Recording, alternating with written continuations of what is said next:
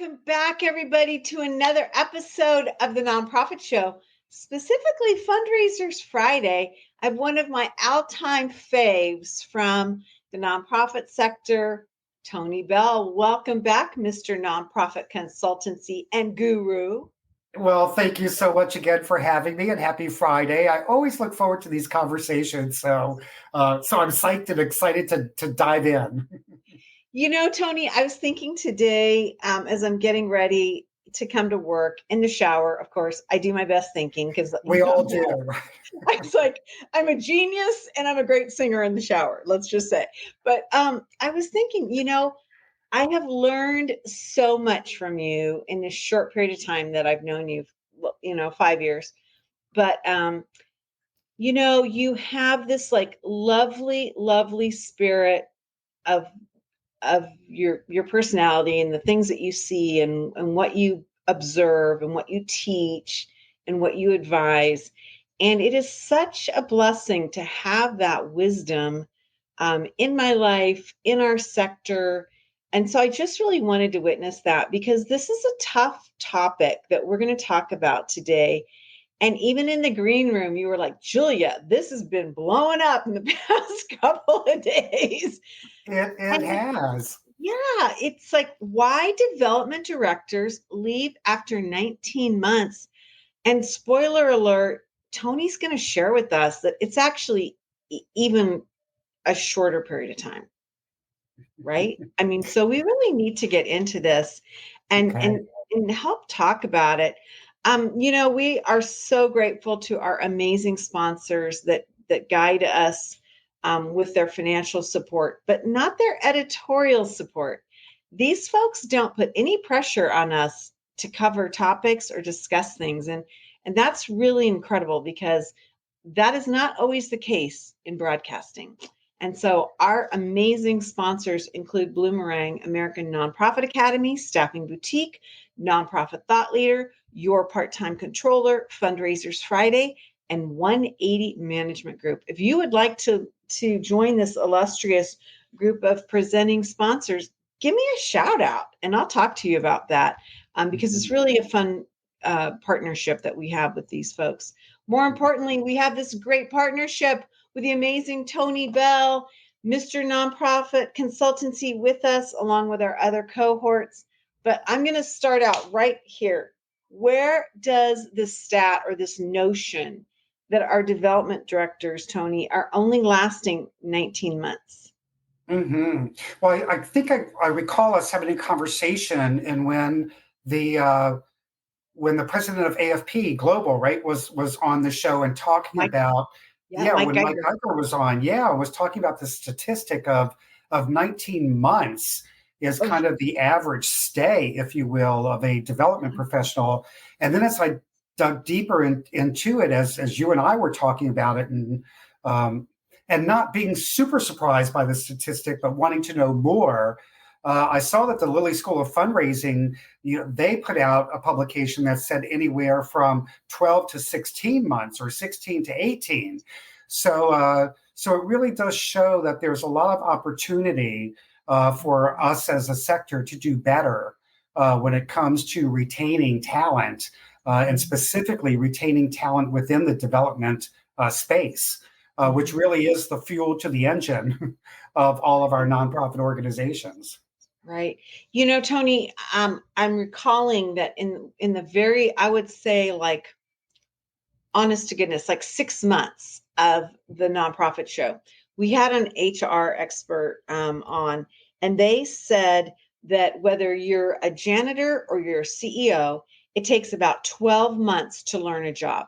And that's not just what you have to do, but that's the culture. That's like how to dress, everybody's names, where to go to lunch, how long it takes you to get to the office or the campus, all of these things. And 12 months is a heck of a long time. And it's a heck of a short time if we're not keeping these people except for a handful of months after, right? No, for sure. I mean, you named all the things that, that folks need to do to ramp up to be successful, and there's systems included in that, right? And the unique technologies or processes within that organization. So there is a runway that we should expect new employees and development folks specifically, a long runway that we should expect them to travel on before we start seeing the kind of results that you might like to see from that sort of professional. Right. And, I think that that is something that does not get discussed. I've never been on a board or in a board meeting where anyone brings that up. It's always like, what are the numbers? Are they winners or are they a loser? Mm-hmm. I mean, it's Yeah. it's a really interesting dynamic, and I don't know, man. I don't know how we got people to understand that it's a relationship. Maybe that's the problem. Maybe we think of it as money in the bank and we look at the Mm-hmm. ledger sheet and that's it. We don't think about the relationship. What do you think is at the core of this? Well, I think there are a couple of things that are kind of at the core of why folks are transitioning so quickly from their jobs. So one of the things that comes to mind are position resources. So we brought you in as a fundraising professional to raise money for this dynamic mission that and incredible results within the organization. But what resources does this professional have to succeed in the job? And so when I talk about resources, it could be any number of things from current technology to be able to do the job right. It might be a travel and entertainment. Yes, I said it, a travel and entertainment budget so that, they have the resources to travel and meet folks and the resources to go to networking events or be a member of the chamber or be a member of AFP. So again, that's just a short list of resources. So there's that. They're setting up the appropriate expectations from the start about what's expected of the individual that's serving in this role. Sometimes there are silos, and folks don't want to work in a silo, especially not in development. And then the other thing would be kind of salary disparity and then growth opportunities. So there is a long list of reasons why. And a lot of these, I will say, are not unique to the nonprofit sector. I think a lot of the things that I just mentioned are a catalyst for folks, regardless of where they work, to want to look for other opportunities. But as we talk specifically about development professionals, I think position resources, a greater understanding of expectations, providing that runway that folks need to succeed, and not creating a siloed environment are definitely going to help prevent top talent from wanting to leave your organization so quickly. So, what's so fascinating to me is that we're talking about professionals. We're talking about people that we should know what they do in their jobs. Mm-hmm. But when I'm hearing you speak, it's kind of hitting me up upside the head with the realization that we don't really know what these people do. Mm-hmm. We could write a job description for the day porter or the program director or the officer in charge of, something to do with accounting or whatever. We can get real specific on what these folks need to do. Mm-hmm. But I would love your feedback on this because I don't know if we always know what the development folks do. We have our prejudices, and you and I have talked about this before. That they're just glad handers that go out, go to events, take people to lunch, and beg for money. There probably is this perception that it is easier than it really is to succeed in fundraising. So what I think I hear you saying there, Julia, is we talked a little bit about what are the motivators or the enablers for folks to want to leave an organization. So what can we do as an organization to prevent that from happening? And part of that, I think, and you kicked it off beautifully, is for there to be a deep understanding of the work.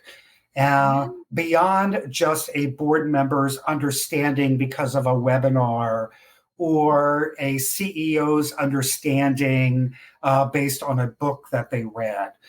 For them to really have the lived experience of fundraising at a senior level or board level is really, really important. I think in terms of what you initially said around the understanding of the work and what it really takes. I think for organizations to be better at retaining talent, one of the things is to create that culture of philanthropy throughout the organization, right? Across all levels of the organization. The other thing is to continue to, and this is on us, and that's why I love that you selected this as one of the topics, to continue to move this work forward as a profession.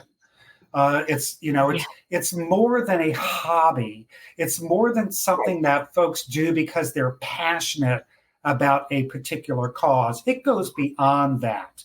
They're bringing skill sets and a tenacity to this work that goes beyond passion or a connection to a mission.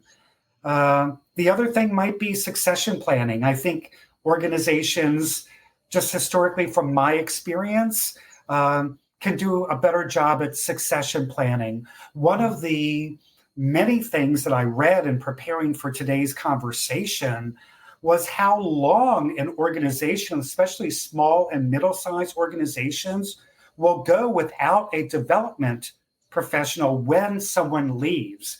So they'll go as long as the amount of time that the individual stayed. So it will take anywhere. And I'm sorry that I'm laughing because it's really not funny, but it's just kind of the irony. Yeah. Folks leave within 16 to 18 months. Well, for a small and mid-sized organization, it takes them 16 to 18 months to bring on a new person to serve in that capacity. So there are a lot of things we could do in terms of how we are leading organizations and what's taking place within our organizations to prevent some of the talent from wanting to go in the first place. Right. You know what? That is crazy smart. The concept of just filling that void. And that's something we haven't even talked about, Tony. We've just been like saying, kind of what the ecosystem is. Let's drill down and what are you hearing, observing throughout your illustrious career as why people are making that choice? Like they don't feel like they can stay and that they're so pressured or burdened. Because I think sometimes when you see that stat about this short term, you think that these folks are just going on to something sexier and shinier and they're going to a better organization. I don't think that's the case. I mean, I don't think that. I don't think that everyone is looking for a greener pasture. I don't think that that's always the case.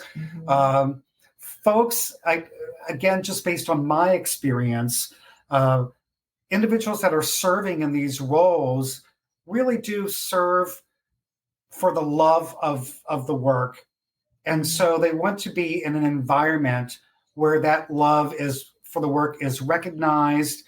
So again, I think that pressures that lead to job change are things like a lack of understanding of what the work really is at the senior level and at the board level. And I think part of it is also having the resources necessary in order to succeed in the role. So I hear and see those as being two of the primary reasons why folks feel a pressure to want to change jobs. Right. I'll never forget the time I was speaking with a development director of an organization. It was running about a $60 to $70 million budget. And they confessed to me I asked them, what's the hardest part of your job? And they said, it's not surprisingly when somebody says no. It's every day when I drive to our office, and it was a campus environment. I get out of my car and I walk through the parking lot, through security, the doors, through our campus. I feel like all eyes are on me because if I don't perform, we can't do all the programming. And I feel like if I'm not confident and I'm not like, woohoo, yay team, money's coming in, that everybody's like fearful for their jobs. And I thought that was so profound and shockingly sad. I mean, the pressure that this man felt um, was astonishing. And I had never thought about that. I mean, we know, oh, the wolves at the door, and we can't do this programming if we don't get, this big donor and, all that, which is true and real. But that this Hmm. man carried that mantle of responsibility. Yeah, Wow. it's almost like he felt like he had to walk through the door with a balance sheet every morning saying, this is what we have, what we have in the bank. And no one person, regardless of the size of the organization, because a lot of my work historically has been with small to medium size organizations. I love to build things. So I love working with small to medium sized nonprofit organizations. And definitely the development professionals in those spaces really feel the pressure around the sustainability and the health of the organization. But no one person should feel that. Uh, so uh, so I wouldn't want anyone to feel that. But if someone's going to, it needs to be a shared feeling across the organization or senior leadership, and really not rest on the shoulders of one individual. So before we move on, how do you do that? Right. Like, because, leadership in so many ways is about communicating confidence and in cause selling. We're rah and we're all excited and we're trying to get people on the bandwagon. I mean, I could go on and on using all of those sales phrases, but how do we, in an authentic way, say, I'm scared of shit? And oh, I can't believe I just said that. 5 years and I've been really good about cussing. And that was my first one. I just make you super comfortable, Julia. That's all. Wow. My producer is going to be so angry with me. I'm going to be in trouble today when we get off the show. Anyway, but it's real. I'm saying the real truth here. We get, it's so filled with not only pressure, but Tony, I've got to add another swear word, the F word, fear, right? Mhm, Like how mhm, we navigate this overwhelming sense of responsibility and fear. And then, dare I say, shame when it doesn't go through. When you're mhm, like, I've got this big meeting, it's taken me months, and they're going to come through, and all our problems are going to be solved, and it doesn't happen. Like, mhm. how do we navigate that? So, one of the things that I mentioned around, a key component of retaining great talent really is having that culture of philanthropy throughout the entire organization. And so, what does a culture of philanthropy really mean? Yeah. It means an understanding of what giving looks like for your organization. It means an understanding of what donors kind of look like. When I say look like what who is donating to the organization, who typically is leaning into the mission. A culture of philanthropy means everyone's involved in the fundraising process, everyone understands its importance, and everybody celebrates the steps along the way to success. So you mentioned cost selling, and there's a lot of optimism within cost selling, and I think a lot of optimism within all of the work that we do in the nonprofit space, right? Because when we talked about cost selling and selling, I mean, we're selling a solution to a community need, and there's a lot of optimism, in that. But it's very challenging, and it requires a lot of work, and it requires a lot of authenticity and a lot of people engaged in the process. Yeah.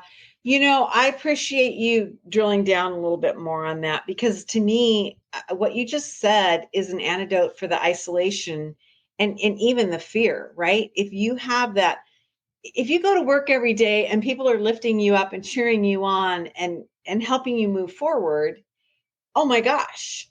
It's like when you Mhm. leave your home and if you've left your home and your family and your mate are saying, you look great, you're going to do this, yay team, versus, wow, what a loser, all those negative thoughts. How do you proceed with your day? Right.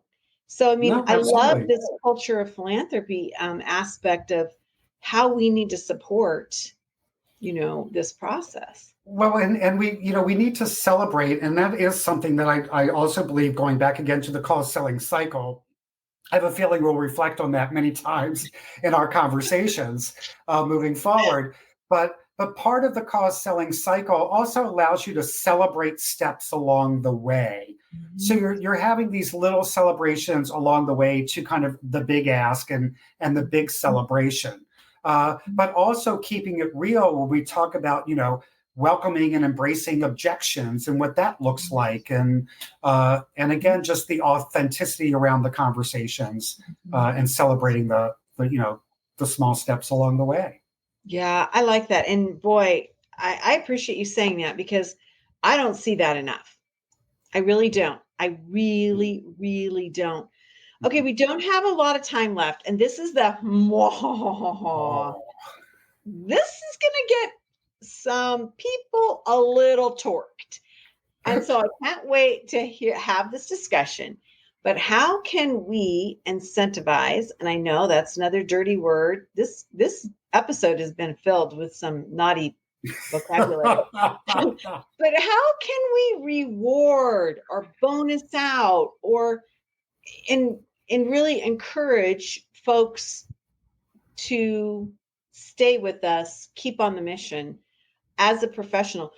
Oh my goodness, if you and I were in the for-profit sector and we didn't know what these bonus opportunities or rewards were, Mhm. we'd be gone, right? hmm Well, this is where I feel like I wish I was a judge on America's Got Talent and I could just have a golden buzzer for everybody, right? Just hit the golden buzzer for everybody, right? But I'm really glad you asked this question, Julia, because it's important that we always remember it's the same with our donors. It's the same with everyone we engage with. One size does not fit all. And the Okay. same exists when we talk about bonuses and incentives. What I consider to be a bonus or an incentive may be very different from what you define to be a bonus or an incentive. I may feel really great with how I'm being compensated, but I sure would like another week off. So Right. there are conversations that we can be having with our team members to really, again, individualize and personalize what that experience looks like for them within the organization, within boundaries, of course, right? I mean, there still have to be standards of practice and all of that. But having, again, the transparent, honest conversation around what is an incentive for me? Is it being able to work from home 3 days out of the week? Is it on Mondays I want to come in and from 10 to 6, but on Fridays I want to work a half a day? I mean, really having those conversations, because I think rewards and bonuses are defined by folks very differently. And it's not always about money. Wow. So when you say that and when you frame it up like that, um, to me, it blasts open the conversation because the first comment that you're going to get is, oh, we can't afford that. We don't have the money. But when you look at some of these other ways, um, you can navigate it, Mhm. right? I No, love, absolutely. yeah, I love that you said this. And I agree. It's not always about the money because that has tax implications. That has other, there's so many folks I've heard like, yeah, I got a bonus, I got a raise, or I got this, but now I'm at the same place because I'm having to pay more taxes. I mean, do you know what I mean? There's a lot going on versus, yeah, I'd like to be able to, coach our child's soccer club, or I'd like to be able to take more time off or work from home, all of those things.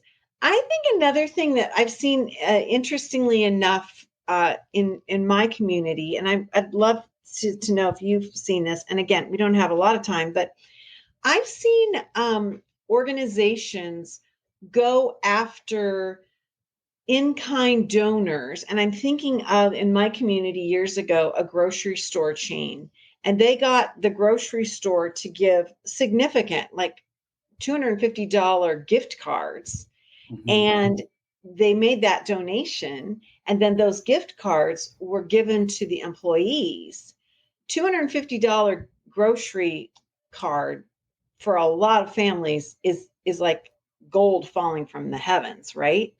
Um, and so it was like a win-win for everybody.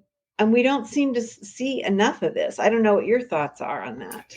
Yeah, I've seen that too, and and again, when we're making the ask of that retailer, they understand very specifically what the gift is being used for. So I've seen that at employee appreciation, like an annual employee appreciation event. Uh, Historically, I was part of organizations where we might have an annual picnic, and then at the annual picnic, those types of things would be given out, and they do go a long way in terms of just employee motivation and retention. So that's a really creative way of just helping folks feel good about the work that they're doing and just giving them that little extra something. Yeah. So that's a really good example. Well, and I think too, if we're looking at this horrific bleed off of talent, and you brought up something, I don't know why I never thought of it, Tony, but it's not just when somebody leaves, it's how they're being replaced. And if you're taking that equal amount of time to replace somebody, what we need to focus on is this retention factor that ultimately saves us money. Mm-hmm. Oh, Ultimately. without a doubt. Yeah. I mean, Well, I mean, part of well, you opened up today's conversation, Julia, just reminding everyone that this is a relationship business. And so when you talk about such a short period of time that a development professional is going to serve an organization, how is that making your donor feel? And what amount of trust is being lost at the donor level when they feel like themselves that there is this revolving door of talent? And so I'm not going to question the talent. I'm going to question the senior leadership and what are they doing wrong that they can't retain these folks, because now I'm being introduced to my third development professional in 2 years. And I love that you said that, because absolutely.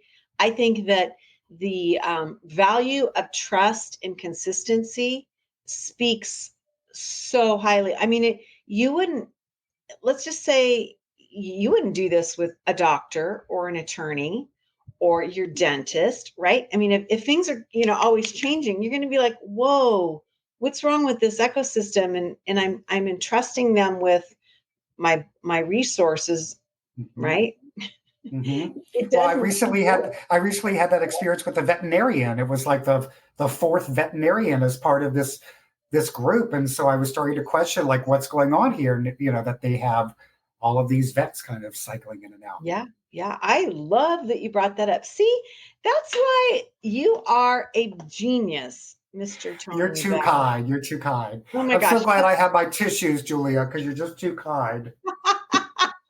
Well, we were going to talk about advocacy, but we've run out of time because I just been chit chatting, and obviously I've been swearing during the episode. So I have to get off the episode with as much grace as I can today.